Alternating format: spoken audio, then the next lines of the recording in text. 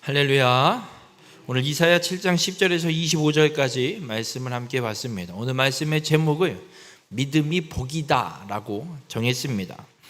오늘 이 이사야 7장의 앞에서는 이미 하나님이 이사야를 통해서 아람과 북이스라엘의 공격에 두려워 떨고 있는 아하스 왕에게 그 두 나라가 망하게 될 것을 하나님이 분명히 약속하셨습니다. 그리고 다윗의 집안, 다윗의 약속, 하나님이 유다에게서 메시아를 보내실 것이라는 분명한 약속, 그 약속을 주어져 있는 다윗의 집안, 그 후손인 아하스인데도 불구하고 하나님을 믿지 못하고 두려워 떨고 있는 모습을 아하스가 보이고 있습니다. 그렇게 하나님의 약속과 말씀을 믿지 못하는 아하스에게 하나님이 오늘 직접 징조를 보여주신다라는 말씀을 하고 있습니다. 우리 모든 성도님들, 하나님의 약속을 받고도 믿음이 없는 자에게 주어지는 일이 어떤 일인지 오늘 말씀을 통해서 깨달으시고 그리스도, 우리의 구원자 되신 예수 그리스도를 믿는 것이 복임을 깨닫고 하나님만 믿고 의지하는 우리 모든 성도님들이 되시길 주님의 이름으로 축원합니다. 오늘 하나님이 이사야를 통해서 믿음이 없는 아하스에게 말씀을 선포하십니다. 뭐라고 말씀하시냐면 오늘 본문 11절에 이렇게 말씀합니다. 너는 내 하나님 여호와께 한 징조를 구하되 깊은 데에서든지 높은 데에서든지 구하라, 이렇게 말씀합니다.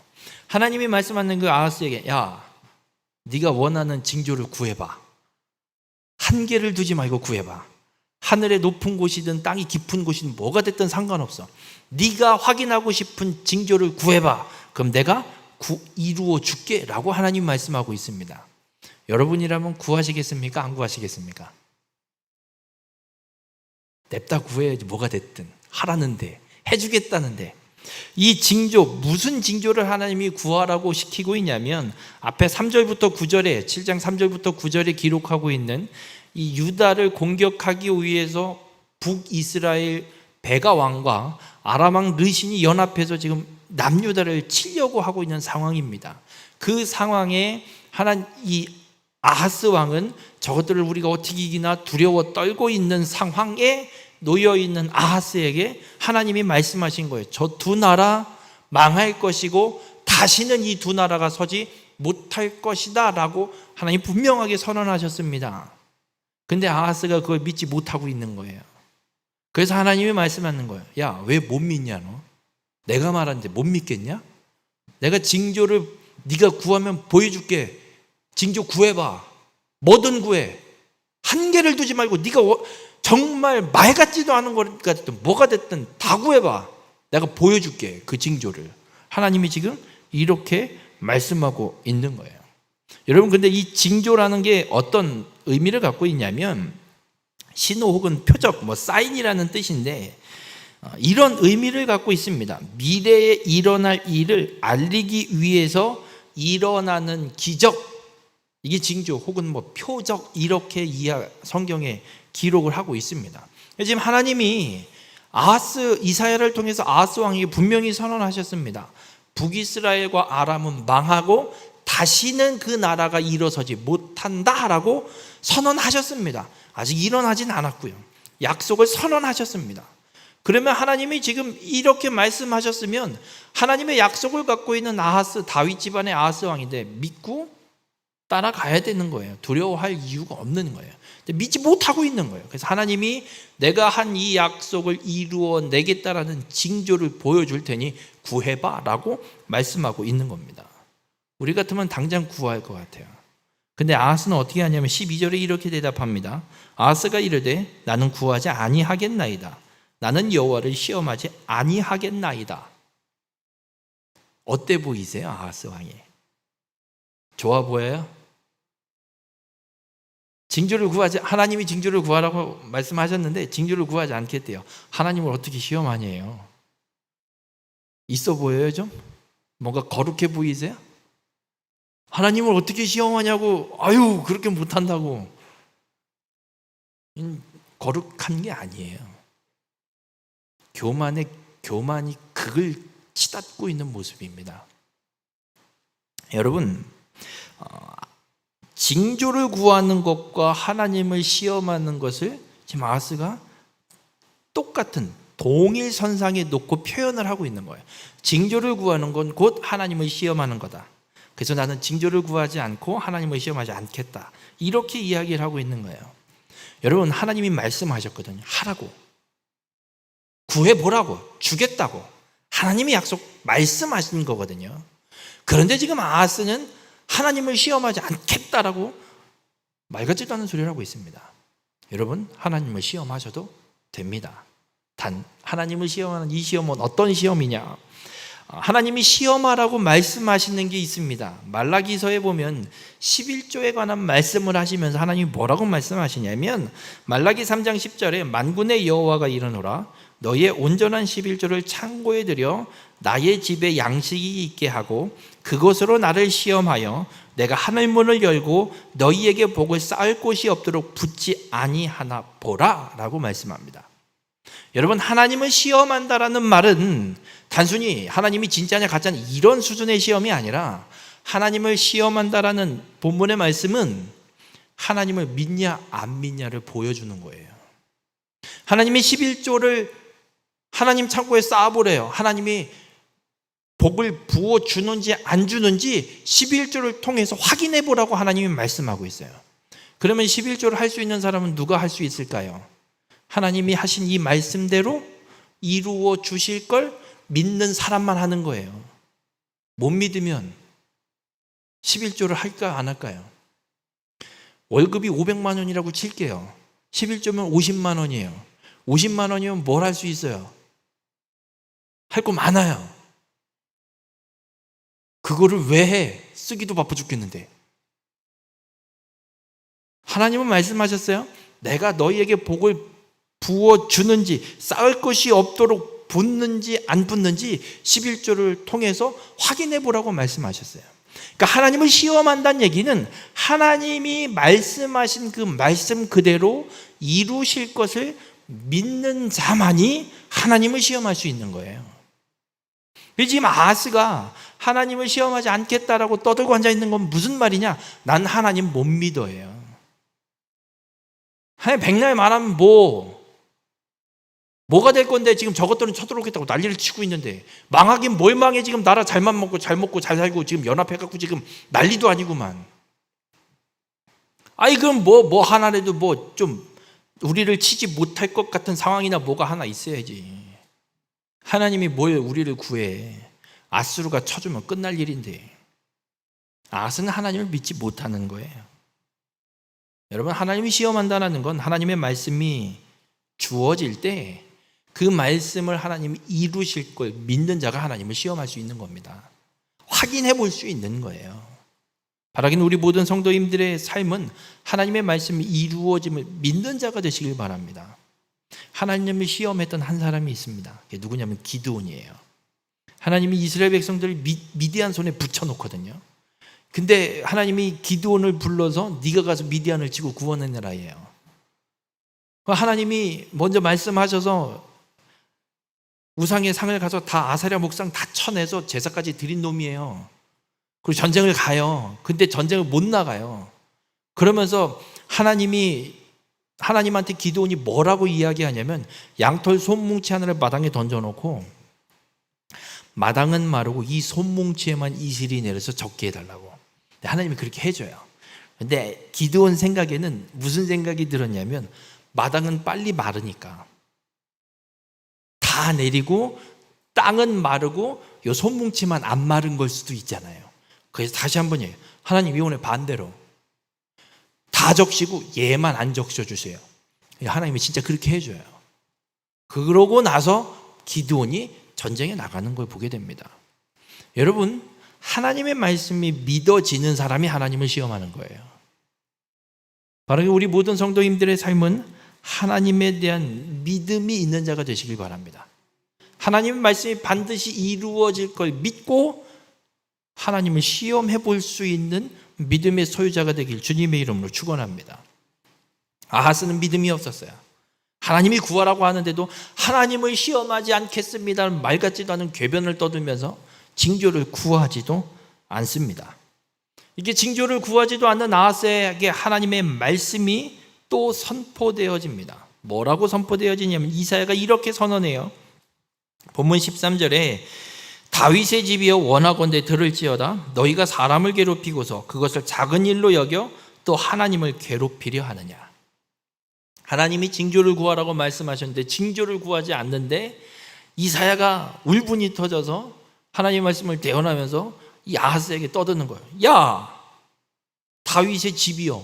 왜 다윗의 집이여라고 계속 이 말을 사용하고 있냐면 하나님이 창세기 49장에서도 분명히 약속하셨습니다. 유다의 후손에서 유다에게서 통치자의 규가, 이 통치자의 지팡이가 실로가 오기까지, 메시아가 오기까지 끊어지지 않게 하겠다라고 하나님이 분명히 약속하셨고 다윗에게서 하나님이 약속하신 게 내 집과 내 후손의 왕위가 이 나라가 무너지지 않게 하겠다는 약속을 분명히 하나님이 하셨습니다. 그래서 다윗의 집이여라고 아하스에게 말하고 있는 이유는 하나님이 하신 이 약속을 받은 자여, 다윗의 후손인 너에게도 하나님이 이 약속이 동일하게 주어지고 있는 자여, 너 지금 뭐 하고 있냐라는 거예요. 하나님이 이렇게 약속을 해주셨는데 이 약속을 갖고도 하나님을 믿지 못하고 하나님의 징조를 구하라고 말씀하고 있는데도 그걸 구하지 않고 있는 믿음 없는 자여라고 지금 이사야가 외치고 있는 겁니다. 그 믿음 없는 아하스 왕 때문에 어떤 일이 펼쳐졌냐면 너희가 사람을 괴롭히고, 이 사람을 번역되어 있는 단어가 히브리어가 복수형을 쓰고 있어요. 그러니까 아하스가 사람들을 괴롭게 한 거예요. 믿음 없는 왕 하나 때문에 유다 백성들이 괴로워진 거예요. 지금 믿음이 없어서 하나님의 말씀대로 행하지 않아서 이 나라가 우상을 숭배하게 돼서 나라 백성들마저도 우상을 숭배하는 괴로운 상황이 펼쳐지고 있는 거예요. 그런데 문제는 이 일을 아하스 왕이 어떻게 생각하고 있냐면 작은 일로 여기고 있는. 아니 뭐 그까짓 게 뭐 얼마나 잘못된 일이라고. 그까짓 거 뭐 어쩌라고 이러고 있다는 얘기예요. 그 결과가 어떻게 펼쳐지냐면 하나님도 괴롭게 돼요. 아하스 왕이 믿음 없는 것 때문에 유다 백성들이 괴로운데 그걸로 끝나지 않고 하나님도 괴롭게 된다라고 기록하고 있어요. 왜 하나님이 괴로워지는 거냐면 하나님의 말씀대로 살지 않아서 아람과 북이스라엘을 통해서 지금 하나님이 아하스를 징계하고 있는 거거든요. 야, 내가 이렇게 너희를 공격하게 만들 거고 그리고 내가 이 두 나라를 멸망시켜서 다시는 일어서지 못하게 할 거야. 내가 이렇게 하는 이유는 하나야. 제발 좀 말씀으로 돌아오너라. 우상을 버리고 내게로 돌아오너라. 하나님이 이 징계를 하고 있는 거거든요. 그럼 하나님 마음은 좋다고 하고 계신 걸까요? 하나님이 아하스 왕이 믿음이 없고 유다 백성들을 다 지금 우상 숭배를 끌고 가고 있는 이 상황이 하나님이 좋다고, 그래 한번 니네 한번 혼나봐라 하고 그냥 신나서 지금 유다와 아하스 왕을 치고 계신 걸까요? 하나님의 마음은 이들이 돌아오길 원하는 거예요. 제발 좀 메시아를 보내서 구원을 이루어야 되는데 이것들이 지를 멋대로 하고 있고 하나님과 상관없이 살고 있어요. 그래서 하나님이 어쩔 수 없이 때려서라도 생명의 길로 메시아를 보낼 길로 이들을 돌이키게 하려고 지금 징계하고 때리고 있는 중이에요. 그 하나님의 마음은 얼마나 안타까움과 그 처절한 그 괴로움이 있겠냐고요. 하나님은 지금 재밌어서 하는 게 아니에요. 재미로 하고 있는 게 아니에요. 하나님의 마음도 괴로움 가운데 있는 거예요. 부모가 자식을 때릴 때 화풀이로 때리는 부모도 간혹 있습니다. 정말 잘못된 행동이죠. 그런데 대부분 부모가 자식을 혼내고 때리고 할 때 마음은 이 자식이 잘못된 길에서 돌이켜서 올바른 길로 살아가게 하기 위해서 하는 행동이에요. 그 마음, 때려놓고 밤에 그 때린 데를 약을 발라주는 그 마음, 얼마나 괴로움입니까? 믿음 없는 아하스 왕 때문에 유다 백성만 괴로운 게 아니라 그렇게 하나님까지 괴롭게 만들게 됨을 오늘 선언하고 있습니다. 여러분, 우리가 지금 예수 그리스도를 믿어 구원받은 자로 교회를 다니고 있고 신앙생활을 하고 있는데 하나님을 온전히 믿지 못하고 믿음이 없는 행동을 하고 있다면 그것이 내 주변의 사람들을 괴롭게 하는 것을 넘어서 하나님까지도 괴롭게 하는 것임을 잊지 마시길 바랍니다. 바라기는 이 성경 하나님의 이 말씀을 온전히 믿어서 하나님을 괴롭게 하는 자가 되지 마시길 바랍니다. 하나님의 징계는 하나님을 믿지 못하는 자에게 주어지는 겁니다. 바라기는 우리 모든 성도님들은 하나님을 온전히 믿음으로 하나님의 징계를 받지 않는 그런 축복의 삶이 되시길 주님의 이름으로 축원합니다. 그렇게 하나님도 괴롭게 만들고 믿음 없는 아하스 왕, 징조도 구하지 않는 아하스 왕에게 하나님이 뭐 어떻게 하시냐면, 야, 구하라는데도 안 구하냐? 알았어, 내가 너한테 징조를 그냥 보여줄게. 하나님이 그냥 징조를 아하스 왕에게 보여줘 버리십니다. 어떤 징조를 주시냐면 14절에 그러므로 주께서 친히 징조를 너희에게 주실 것이라. 하나님이 구하지도 않는데 친히 보여주시겠답니다. 무엇을 주시냐? 보라, 처녀가 잉태하여 아들을 낳을 것이요 그의 이름을 임마누엘이라 하리라. 이 말씀이 훗날 예수 그리스도의 탄생에 대한 예언의 말씀이기도 합니다. 그런데 지금 하나님이 북이스라엘과 아람의 공격을 하나님이 그들을 멸하시겠다라고, 다시는 일어서지 못하게 하겠다라는 약속을 하나님이 주시면서 그 약속을 이루실 것에 대한 징조를 주시는 거기 때문에 단순히 이 말씀은 지금 이 말씀이 주어지는 때 BC 734년경이거든요. 그러니까 700년이나 더 지나서 일어날 징조로만 주시는 말씀이 아니라 아하스 시대에도 분명히 이루어질 징조로 하나님이 주시는 말씀이라는 거예요. 무슨 이야기냐면 어떤 처녀가 남자와 성관계를 갖지 않은 처녀예요. 똑같이. 그 처녀가 잉태를 하게 되고 아들을 낳을 거래요. 그 아들의 이름을 임마누엘이라고 지을 거래요. 그러니까 예수님, 복음서에 나오는 예수님 시대에 그 일만 일어나는 게 아니라 지금 아하스 시대에도 동일하게 이 일이 일어날 거란 얘기예요, 지금. 그러면서 뭐라고 말씀을 하시냐면 15절과 16절에 그가 악을 버리며 선을 택할 줄 알 때가 되면 엉긴 젖과 꿀을 먹을 것이라. 대저 이 아이가 악을 버리며 선을 택할 줄 알기 전에 내가 미워하는 두 왕의 땅이 황폐하게 되리라 말씀합니다. 그냥 처녀가 잉태하여 아들을 낳았는데 그 아들의 이름을 임마누엘이라 하리라, 이걸로 징조가 끝나는 게 아니라 왜 그 말을 하냐면 그 아이가 어느 때가 되면 어떻게 하겠다라는 말씀을 지금 하고 있는 거예요. 그러니까 이 아이가 태어나면, 이 아이가 태어나서 악을 버리고 선을 택할 줄 알 때가 되면, 어떤 때로 이야기하냐면 선악을 그래도 분별해서 지 스스로 앞가림을 할 정도, 그래서 성인이 된다라고 보는 시기.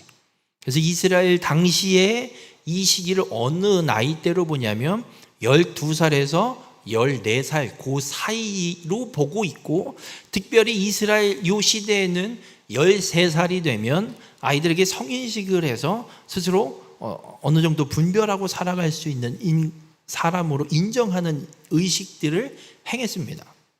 그래서 13살쯤 되면, 이 아이가 13살쯤 되면 엉긴 젖과 꿀을 먹게 되고 두 왕의 땅이 황폐하게 되라.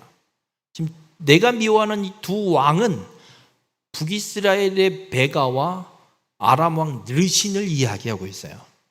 그러니까 이 아이가 태어나서, 처녀가 아들을 낳아 임마누엘이라고 이름을 짓는 아이가 태어나서 13살쯤 되면 엉긴 젖과 꿀을 먹는, 이 말씀은 지금 이 유다 나라의 경제적인 문제들이 다 회복되는 걸 이야기하는 거예요. 엉긴 젖은 우유를 갖고 만든 유제품이라고 보시면 돼요. 뭐 요거트나 버터나 뭐 이런 거. 여러분 여쭤볼게요. 마실 우유도 없는데 유제품을 만들어 먹을까요? 남아 도니까 만들어 먹을까요? 남아 도니까 먹는 거죠.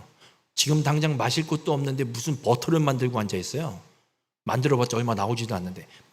그만큼 풍요로워지는, 풍족해지는 걸 상징하고 있는 거예요. 꿀. 이 꿀은 뭐냐면 우리가 생각하는 게 벌꿀이 아니에요.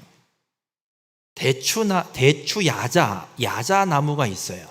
그 대추 야자가 매달려 있으면 그냥 뭐 정상적인 시기에 그냥 따먹으면 먹고 끝이에요. 근데 이거를 추수해야 되는 때가 지나도록 나무에 매달려 있으면 어떻게 되냐면 그게 꿀이 돼서 꿀이 뚝뚝 떨어지는 일들이 일어난답니다. 그러니까 대추 야자가 따야 되는 시기를 넘어서 나무에 매달려서 더 숙성이 돼버리고 익어버리면 거기서 그냥 꿀이 뚝뚝 떨어진대요.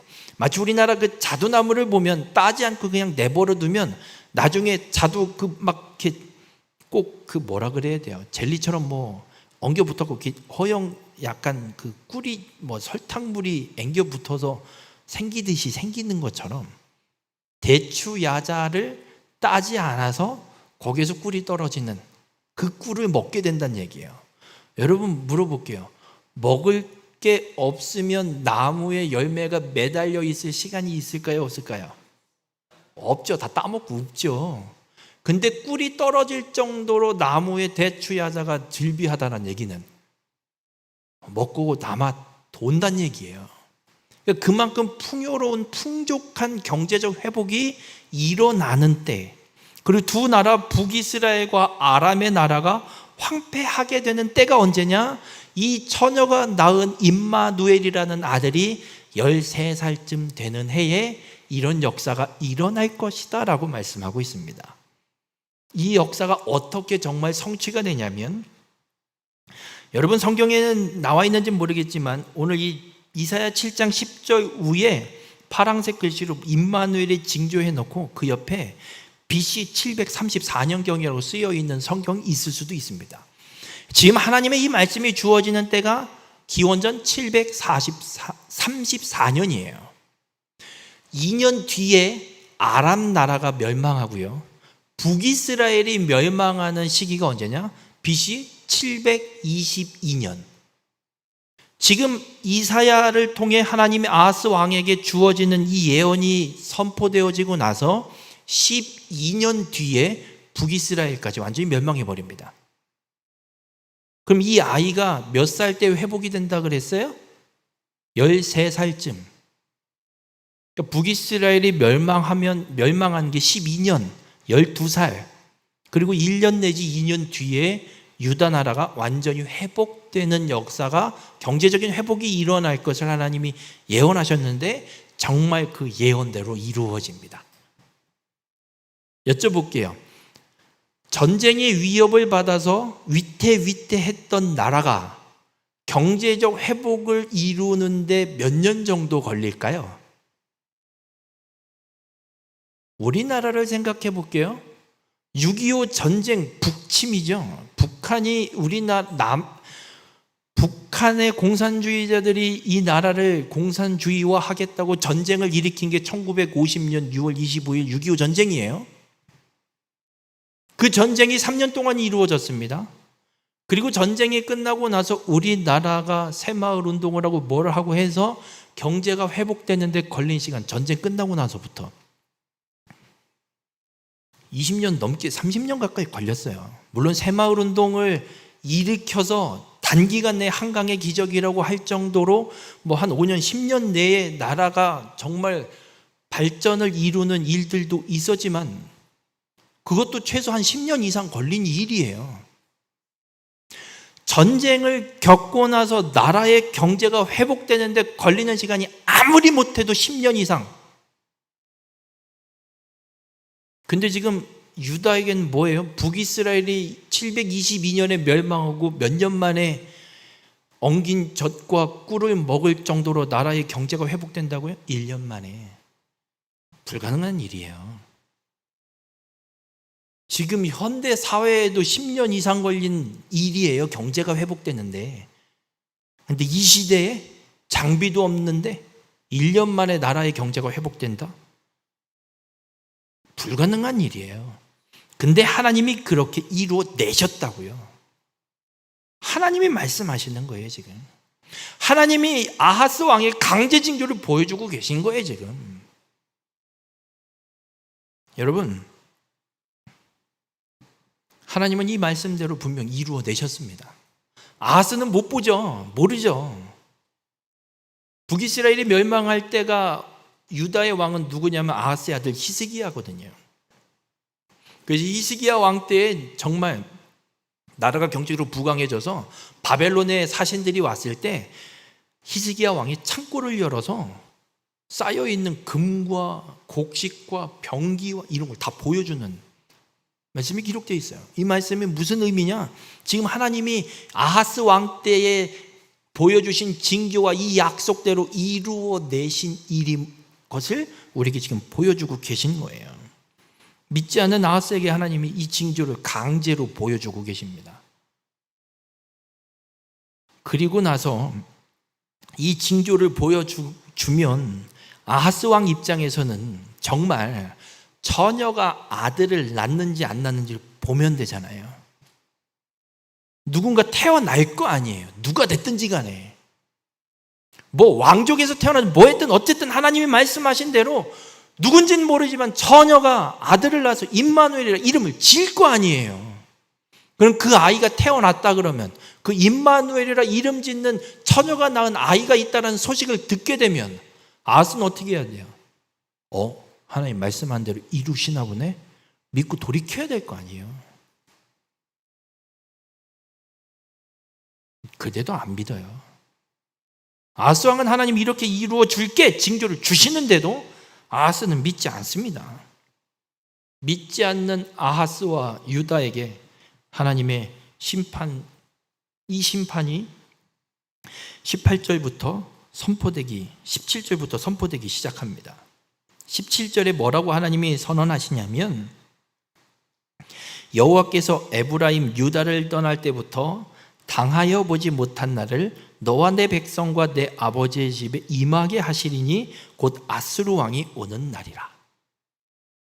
여러분, 에브라임이 유다를 떠날 때 이때는 어떤 때냐면 다윗 왕과 솔로몬 왕 때는 이스라엘 나라가 쪼개져 있지 않았습니다. 근데 솔로몬 때 솔로몬이 하나님을 떠나면서 하나님이 징계하신데 다윗에게 하신 약속 때문에 솔로몬 때는 하지 않으시고 솔로몬 아들 르호보암이 왕이 되면서 남유다와 북이스라엘로 나뉘게 됩니다. 에브라임 지파 출신인 여로보암을 주축으로 10지파가 북이스라엘을 이루고 솔로몬의 아들 르호보암을 주축으로 왕으로 유다와 베냐민 두 지파가 남유다로 나뉘어집니다. 이 에브라임이 유다를 떠날 때는 바로 솔로몬 바로 그 다음 때 르호보암과 여로보암으로 남유다와 북이스라엘이 분열될 때를 이야기합니다. 이때부터 지금 말씀하고 있는 이때 어느 정도의 시간이 흐르냐면 이스라엘이 남북으로 나뉘어진 게 약 기원전 930년 BC 930년경이고 아수르가 유다를 공격하는 때는 히스기야 왕 때, 아하스의 아들 히스기야 왕 때인데 약 701년 BC 701년경에 공격을 시작합니다. 230년 정도 시간이 흐르거든요. 하나님이 믿음 없는 아하스와 유다에게 징계 심판을 내리시는데 어떤 심판을 내리시냐면 230년 동안 경험해보지 못했던 나라를 경험하게 해주겠다. 여러분 230년 동안 이스라엘 유다에 어떤 일이 일어나냐면요, 다윗 왕 때 솔로몬 왕 때까지는 주변 나라에서 누구도 이 이스라엘을 공격 못합니다. 오히려 우리를 공격하지 말아달라고 고개를 숙이고 세금을 바치고 와서 고개를 조아리고 공납금을 세금을 갖다 주는, 그래서 가만히 앉아 있어도 뭐 주변 나라들이 고개 숙이고 굴복하는 역사가 펼쳐졌던 게 다윗과 솔로몬 때의 나라예요. 그런데 북이스라엘의 10지파가 쪼개져 나가고 남유다는 베냐민과 유다 지파 2지파만 남게 돼요. 근데 베냐민 지파 몇 명 되지도 않아요. 사사기 때 사건이 있어서 거의 전멸당해 버리거든요. 그러니까 유다 지파 한 지파 남은 꼴이 된 거예요 지금. 그러니 인구수만 봐도 어마어마하게 세가 줄어들어 있는, 그래서 유다 나라가 되게 분열이 되면서 유다는 작아져서 주변에 공격을 빈번하게 받습니다. 수없이 많은 전쟁들이 일어나요. 거기에다가 아달랴가 유다 왕비로 시집을 와요. 그러면서 아달랴가 무슨 짓을 하냐면 왕위를 자기가 찬탈하려고 손주들 자식들을 죄다 죽여버려요.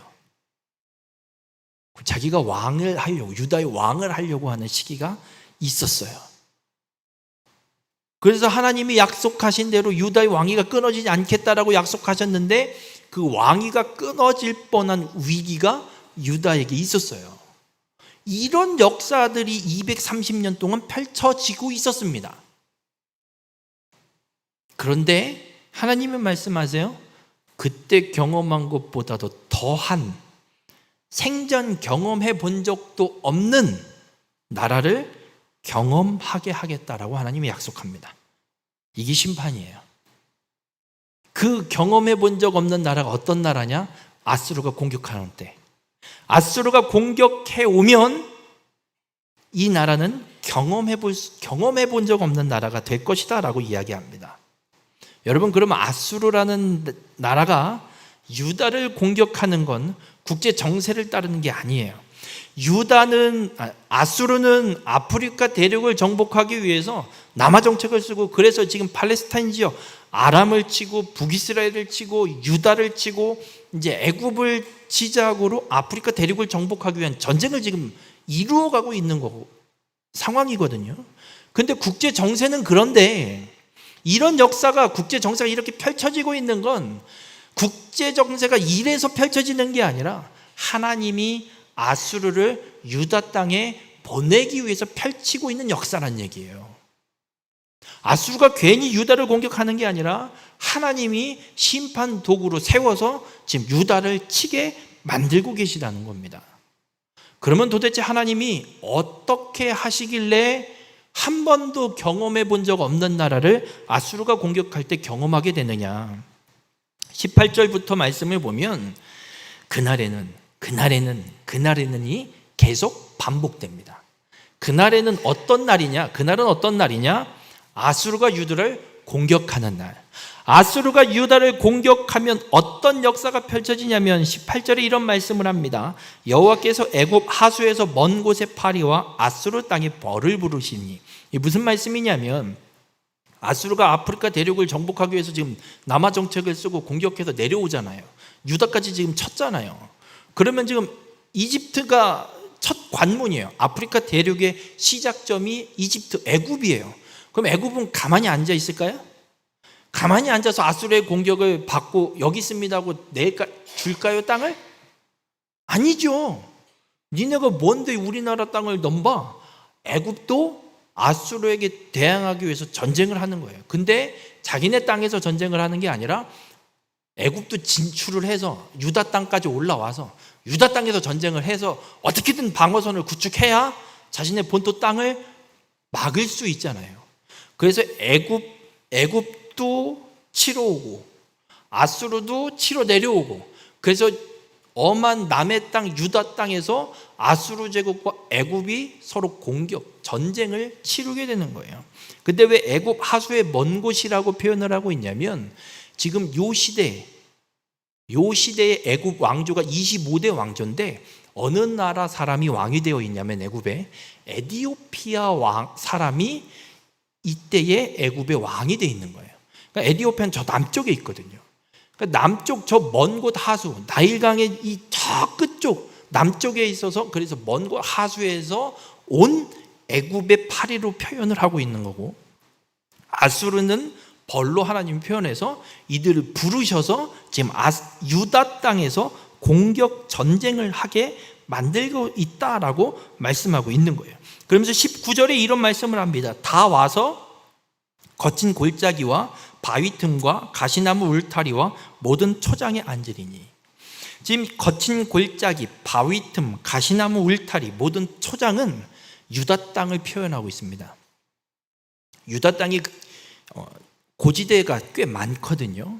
그래서 골짜기처럼 내려가야 되는 그런 골짜기 형태의 지형도 많고, 그래서 이 유다 땅에 아수르의 군사와 애굽의 군사가 와서 그 유다 땅에 다 앉아서 싸울 것을 이야기하고 있습니다.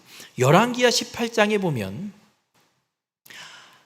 아수르 왕 사네립이 랍사게 사신 군대 장관을 히스기야에게 편지를 써서 히스기야 왕에게 보내는 말씀이 기록되어 있어요. 그때 거기에 열왕기하 18장 17절에 보면 그 아수르 왕 사네립이 어디에 진을 치고 있냐면 라기스라는 도시에 진을 치고 애굽과 아수르가 전쟁을 하고, 사네립 왕이, 아수르 왕이 군대 장관 랍사게를 편지를 써서 보내서 히스기야를 겁박하는 거예요. 야, 나와서 우리를 도와. 뭐 니네 갖고 있는 전쟁 장비 다 내놔. 돈 내놔. 이러면서 위협하는 편지를 써서 전쟁에 참여하게 하는 모습들이 기록이 되고 있거든요. 하나님이 약속하신 대로 지금 전쟁이 일어나고 있는 거예요. 그 유다 입장에서는 지금 전혀 유다와는 상관없는 전쟁이 유다 땅에서 일어나고 있는 거예요. 아수르와 애굽 서로의 이 두 나라의 전쟁터는 유다 땅. 얼마나 서글퍼요. 우리나라도 그랬어요. 일제의 경험을, 일제의 식민지를 받은 이유가 일본이 중국 이 대륙을 정복하기 위한 전쟁을 하려고 우리나라 땅을 밟고 간 거잖아요. 그것만이 아니라 6.25 전쟁도 결국에는 중공군까지 동원해갖고 이 나라를, 이 땅을 공산주의화해서 어떻게든 먹어보려고 했던 전쟁이 6.25 전쟁이잖아요. 우리나라도 그런 역사를 동일하게 겪은 나라예요. 얼마나 서글퍼요. 우리나라가 무슨 어디를 침략한 것도 아니고 뭘 잘못한 것도 아닌데, 그죠? 지금 유다도 동일한 그런 일들을 이루어질 것을 하나님이 말씀하고 있어요. 그리고 또 어떤 말씀을 하시냐면 20절에는 이런 말씀을 합니다. 그날에는 주께서 하수 저쪽에서 세내온 삭도 곧 아수르 왕, 아하스 왕이 북이스라엘과 아람의 연합군의 공격이 오니까 하나님을 믿지 않으니까 누구를 의지하면 아수르를 의지했거든요. 아수르 제국, 아수르 왕이요, 이 두 나라를 쳐서 우리나라 좀 살려주세요 이러고 있었거든요. 그런데 결국 어떻게 되느냐? 그렇게 의지했던 아수르가 오히려 삭도가 되어서 내 백성의 머리털과 발털을 미실 것이요 수염도 깎으리라. 모든 털을 다 깎아버리겠다는 얘기예요. 여러분, 수염, 우리나라 조선시대에도 보면 수염이 뭐죠? 이 양반이라는 거에 대한 상징이 있어요. 그래서 구한말에 일본인들이 쳐들어왔을 때 양반들의 수염을 깎아버리는 게 정말 큰 수치였던, 그거와 같이 지금 유다에게도 어떤 일이 일어나느냐, 아하스 왕이 의지했던 아수르 왕이 와갖고 수염을 다 깎아버리겠다는 얘기예요. 모욕을 주겠다는 얘기예요. 세상 경험해보지 못했던 모욕이 이 시대에 이 아수르가 공격해오면 일어날 걸 말씀하고 있어요. 21절엔 또 이런 말씀을 합니다. 그날에는 사람이 한 어린 암소와 두 양을 기르리니. 여러분, 이스라엘 유다 민족의 주 사업은 목축업이에요. 농사는 가나안 땅 와갖고 짓기 시작한 거고, 원래는 목축하는 사람들이에요. 여쭤볼게요. 목축하는 사람이 소 몇 마리 정도 키워야 될까요? 횡성을 좀 볼게요. 횡성 한우 키운다, 그게 주 사업이다, 주업이다 그러면 몇 마리는 키워야지 주업이 될까요? 한 마리 갖고 되겠어요? 못해도 몇십 마리 이상은 키워야 되는 거 아니에요? 근데 지금 이스라엘 유다는 어떤 상황이 돼요? 아수르가 공격해 오면 한 사람이 한 어린 암소와 양 2마리, 이게 목축하는 사람이라고 할 수 있을까요? 없을까요? 없어요. 목축한다는 놈들이 고작 요거밖에 다 뺏기고 없어진다는 얘기예요. 근데 더 재밌는 게 22절에 나옵니다. 그것들이 내는 젖이 많음으로. 아니, 고작 소 1마리, 양 2마리를 키우는데 이것들이 내는 젖이 양이 많대요. 엉긴 젖을 먹을 것이라 그 땅 가운데 남아있는 자는 엉긴 젖과 꿀을 먹으리라. 아니, 여쭤볼게요. 소 한 마리랑 양 두 마리가 젖을 내봐야 얼마나 낼까요? 많이 낼까요? 조금 낼까요? 조금 내요. 뭐 얼마나 나와요? 근데 그걸 갖고 엉긴 젖을 먹는데요. 고작 세 마리가 내는 젖과 젖으로 먹고도 남아 돌아서 엉긴 젖을 만든대요. 버터를 만든대요. 이 말은 무슨 말일까요? 그만큼 먹을 사람이 없다는 얘기예요. 이 세 마리가 내는 젖으로 먹고도 남을 정도로 사람이 없어졌다는 얘기예요. 그리고 이 세 마리가 내는 젖이 많아지는 이유가 하나 있어요. 이 뒤에도 나오지만 사람도 없고 농사 짓는 사람도 없고 풀만 무성해져요. 이 소와 양이 뜯어 먹을 풀들이 널린 거예요, 지천에. 뭐 어디 가서 막 먹고 뜯어 먹어도 풀이 안 사라져요. 계속 나요. 그러니 젖을 많이 내서 그 젖으로 먹을 사람도 없으니 먹어봤자 얼마 먹지도 않으니 남는 젖, 엉긴 젖을 만들어서 먹게 될 거란 얘기예요. 이 말씀은 잘 먹고 잘 산다는 얘기가 아닙니다. 이거는 여기서는 폭삭 망해서 아수르가 공격해오면 유다 나라가 폭삭 망해서 포로로 끌려가든 죽든 사람이 몇 명 남지도 않거니와 가축도 고작 그 세 마리 갖고 나오는 젖으로 먹고 남아 돌 만큼 사람이 없어져서 이 나라가 완전히 망한 나라가 될 것을 하나님이 말씀하는 거예요. 생전 230년 동안 경험해 본 적도 없는 그런 나라가 될 거라는 말씀을 하고 있어요. 23절에는 무슨 말씀을 하냐면 그날에는 1000그루의 은 1000개의 가치가 있는 포도나무가 있던 곳. 여러분 1000그루가 은 1000개의 가치가 있으면 포도나무 한 그루가 은 1개, 한 세겔의 가치가 있어요.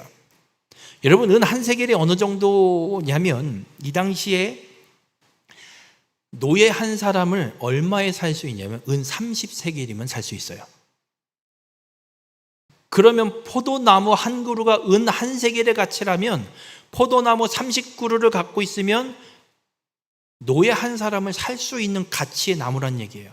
그만큼 포도가 극상품 열매를 맺어서 한 세겔 포도나무 한 그루에 나오는 포도를 팔아서 은 한 세겔을 얻을 수 있을 만큼의 수확량을 주는 정말 귀한 극상품 포도나무, 좋은 포도나무란 얘기예요. 근데 그 포도나무가 있는 곳마다 뭐가 나오냐? 찔레와 가시가 날 거래요. 여러분 여쭤볼게요. 지금 우리 교회 옆에 옥수수를 심어서 한 보탕 땄잖아요. 저 밭을 옥수수를 심어 놓고 관리를 안 하면 어떻게 될까요? 고랑에 풀약 줘가고 풀 잡고 주변에 풀약 뿌려서 잡고 이러니까 지금 옥수수가 이렇게 잘 컸지. 가뜩이나 지금 칡넝쿨에 넝쿨풀 가시박이까지 나오는 상황에 풀약 주지 않고 내버려두면 덩쿨풀에 덮쳐서 옥수수는커녕 저게 밭인지 아닌지 분간이 안 될 정도예요. 근데 지금 정말 귀한 정말 수확을 잘 내는 그 포도나무 1000그루가 심겨져 있는 밭이 찔레와 가시가 나서 이게 포도밭인지 아닌지 구분이 안 될 정도로 뒤덮어 버린대요. 무슨 말씀이냐? 포도원을 관리할 사람이 없다는 얘기예요. 사람이 있으면 관리를 할 거잖아요. 그리고 24절에 온 땅에 찔레와 가시가 있으므로 화살과 활을 가지고 그리로 갈 것이요. 아니 찔레와 가시가 있는데 화살과 활을 왜 들고 가요? 뭐 때문에 들고 갈까요? 무슨 말씀이냐면 여러분 사람도 없거니와 관리가 안 돼서 풀이 무성해졌는데 그 무성해진 풀에 맹수들이 살 수 있는 거예요. 이제 사람이 없으니까. 여러분 여기도 멧돼지가 내려오잖아요. 멧돼지 그냥 내버려 두면 여러분 멧돼지랑 싸워서 이기실 수 있는 분 있으세요? 지금 산을 만약에 간다고 치면 멧돼지가 나올 수 있는 거기를 간다 그러면 그냥 막 가세요? 멧돼지가 올까 봐 조심해야 되고 주의해야 되고 멧돼지가 오면 뭔가 대항할 뭔가를 준비하고 가야지. 그냥 어떻게 가요? 이 말씀이 그 말씀이에요. 지금 포도밭이어야 되는데, 천국에 포도나무가 심겨져 있는 포도밭이어야 되는데 관리할 사람이 없어서 찔레와 가시가 무성이 덮여져 있고, 그 무성이 덮여져 있어서 거기에 언제 어떻게 나올지 모르는 맹수와 위험이 도사리고 있어서 활과 화살을 들고 화살을 땡긴 채로 가는 거예요. 멧돼지가 나오면 바로 쏴 죽이려고.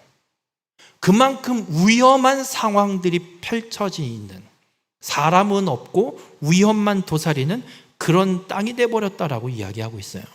그리고 25절엔 이런 말씀을 해요. 보습으로 갈던 모든 산에도 찔레와 가시 때문에 두려워서 그리로 가지 못할 것이요, 그 땅은 소를 풀어놓으며 양이 밟는 곳이 되리라. 보습으로 갈던 모든 산이란 말은 이 그러니까 고지대가 많다고 말씀드렸잖아요. 유다 땅이. 그래서 이 밭을 어떻게 개간을 했냐면, 그 산 중턱에 계단 달뱅이, 우리나라 저 산 꼭대기 중턱에 달뱅이 논 개간한 것처럼 그렇게 산의 중턱에 땅을 개간을 해서 밭을 만드는 거예요. 그걸 이야기하는 거예요. 그러니까 쟁기로 갈던 그 고지대에 있는 밭, 그 밭은 찔레와 가시가 다 덮여져 있어서 사람들은 거길 가지도 못하고 소나 양이나 풀어서 그냥 풀 뜯어먹게 만들 수밖에 없는 그런 땅이 된다라고 말씀하고 있어요. 그만큼 황폐해질 것을 하나님이 말씀하고 있는 거예요. 이게 한 번도 경험해 본 적 없는 나라. 하나님이 17절에 심판을 선언하시는데 말씀하시는, 한 번도 경험해 본 적 없는 나라를 경험하게 될 것이다. 그게 언제? 아수르가 유다를 공격하는 때. 이 심판은 하나님을 믿지 못한 불신에 대한 심판입니다. 우리 모든 성도님들, 믿음이 없는 게 얼마나 큰 죄인지 모릅니다. 여러분, 이 말씀은 예수를 아예 알지도 못하고 믿어본 적도 없는 사람들에게 주는 말씀이 아니에요. 아하스에게 하는 말씀이에요. 아하스는 다윗의 약속을 받은 자예요. 하나님의 약속을 갖고 있는 사람이에요. 그런데도 하나님을 믿지 않는 거예요. 우리에게 동일하게 적용되는 말씀이에요. 우리가 교회를 다니고 있으면서 하나님을 믿지 못하는 사람, 교회를 다니고 신앙생활을 몇십 년을 해왔다고 하면서도 예수 그리스도를, 하나님을 온전히 믿지 못하는 사람에게 주어지는 말씀이에요. 믿음이 없는 건 죄입니다. 믿음이 없는 자에게는 하나님의 심판이 주어질 수밖에 없습니다. 하나님이 징계할 수밖에 없습니다. 그 징계하시는 이유는 그거예요. 제발 이 징계를 통해서 믿음을 갖고 하나님의 말씀으로 돌아오라는 하나님의 사랑의 징계예요. 우리 모든 성도님들, 우리가 예수 그리스도를 믿어 구원받은 자라고 이야기하면서 교회를 다니고 있는데, 우리가 믿음이 없다면, 하나님을 온전히 믿지 않는다면 나만 괴로워지는 게 아니라 내 주변 사람도 괴로워져요. 내 주변 사람만 괴로워지는 게 아니라 하나님도 괴로워져요. 왜 하나님이 괴로워지냐면, 우리를 믿음의 사람으로 다시 돌이키게 하려고 징계할 수밖에 없으니, 자식을 때릴 수밖에 없는 그 상황, 눈물을 삼키면서 하나님이 징계할 수밖에 없기 때문에 하나님도 괴로운 거예요. 바라기 우리 모든 성도님들, 믿음을 온전히 갖는 자가 되시길 바랍니다. 하나님의 약속을 받은 다윗 가문이었기 때문에 아하스가 믿지 않아서 하나님의 심판이 주어질 때 어떤 심판이 주어지냐면, 상상할 수 없는, 경험해 본 적 없는 심판이 주어지는 겁니다. 우리가 예수 그리스도를 믿는다고 신앙생활을 하고 있는데, 그런 우리가 믿음이 없다면 아예 믿음조차 갖지 않았던 자들보다 더 큰 심판이 임하게 될 수 있습니다. 바라기는 우리 모든 성도님들은 예수 그리스도를 믿는 것이 복임을 분명히 기억하시고 이 믿음을 온전히 지켜가는 자가 되시길 바랍니다. 끝까지 믿음을 지켜서 참된 복을 온전히 누리는 우리 모든 성도님들이 되시길 바랍니다. 다른 게 복이 아니라 믿음이 복입니다. 이 복을 끝까지 누려서 하나님의 징계가 아닌 하나님의 칭찬, 하나님의 한량없는 복을 온전히 누리며 살아가는 우리 모든 성도님들이 되시길 주님의 이름으로 축원합니다. 기도하시겠습니다. 은혜가 풍성하신 하나님, 말씀을 통해 믿음이 복이라는 진리를 깨닫게 하여 주시니 감사를 드립니다. 아하스처럼 하나님의 약속을 받고도 두려워 떨며 믿지 못하는 우리의 연약함을 불쌍히 여겨 주시옵소서. 눈에 보이는 세상의 힘을 의지하고 하나님보다 다른 것을 더 신뢰했던 우리의 죄를 용서하여 주시옵소서. 믿음 없음이 나 자신을 괴롭히고 내 주변의 이웃을 괴롭히고 하나님을 괴롭게 한다는 것을 잊지 않게 하여 주시옵소서. 우리를 향한 하나님의 마음이 눈물을 삼키며 돌아오기를 기다리는 사랑임을 온전히 깨닫게 하여 주시옵소서. 그래서 임마누엘로 오신 예수 그리스도께서 우리와 함께 하심을 믿고 이 은혜를 붙들고 말씀을 더 가까이 하여서 믿음이 온전히 성장하게 하시고 말씀에 순종하며 살아가는 믿음의 삶이 되게 인도하여 주시옵소서. 그래서 어떤 상황에도 흔들리지 않고 끝까지 하나님만 믿고 의지하여서 믿음을 지키는 복을 온전히 누리게 하여 주시옵소서. 이 모든 말씀 예수님의 이름으로 기도드렸습니다. 아멘.